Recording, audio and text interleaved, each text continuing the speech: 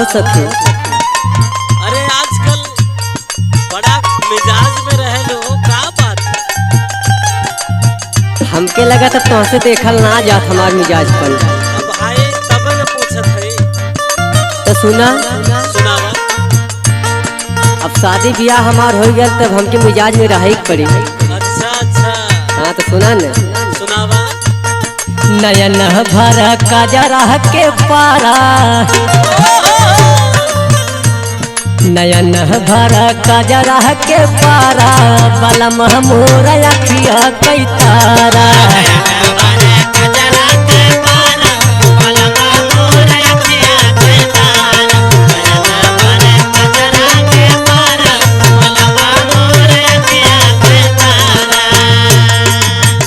अखिया कई तारा हो अखिया कई तारा,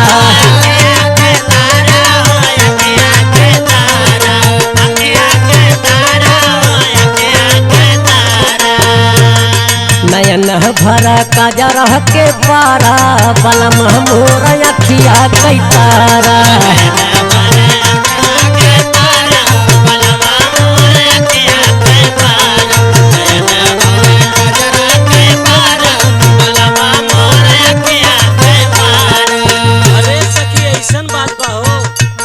हाँ हो सखी ऐसने बात है। तब तो इतना खुश रहे लू। हाँ और आगे सुनाए सब। सुनावा। अरे अपने बलमुआ से प्यार बड़ा करी हो, प्यार बड़ा करी।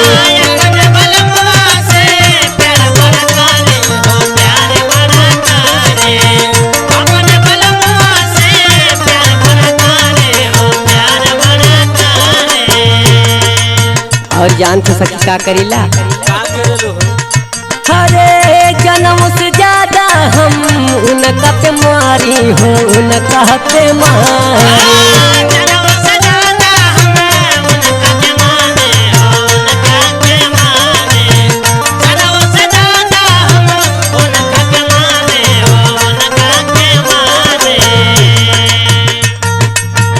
अपन बलमुआ से प्यार बड़ा करी हो, प्यार बड़ा करी। जन्म से ज्यादा हम उनका पे मारी हो, उनका पे मारी। अरे छूट जाई भले जगह सारा, बलम रही है अखिया कई तारा। छूट जाए भले जगह सारा, बलम रही है अखिया कई तारा। छूट जाए भले जगह सारा, बलम रही है अखिया कई तारा।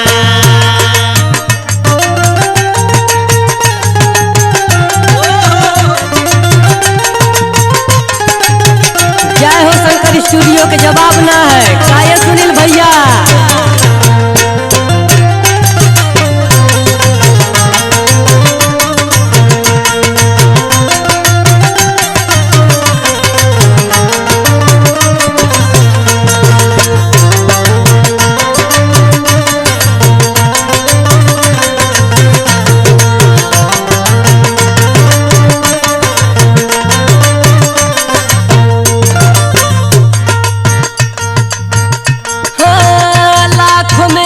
बाटे हमारो सजनवा हो, हमारो सजनवा।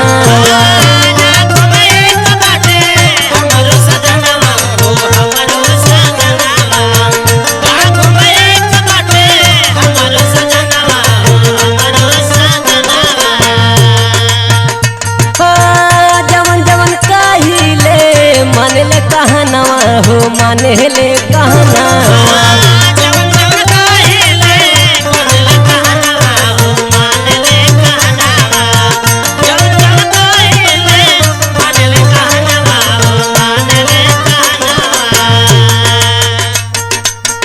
लाखों में एक बाटे हमारो सजनवा हो, हमारो सजनवा। जमन जमन कहिले मान ले कहनवा हो, मान ले कहनवा। काट गईल दुख हमर सारा, बलम हमर अखिया कई तारा। काट गईल दुख हमर सारा,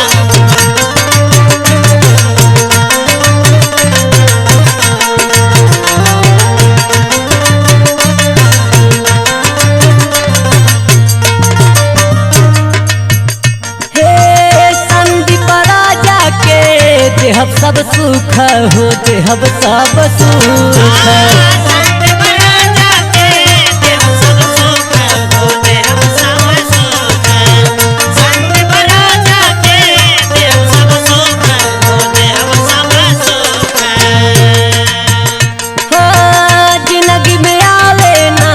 देहब कौन दुख हो देहब कौन दुख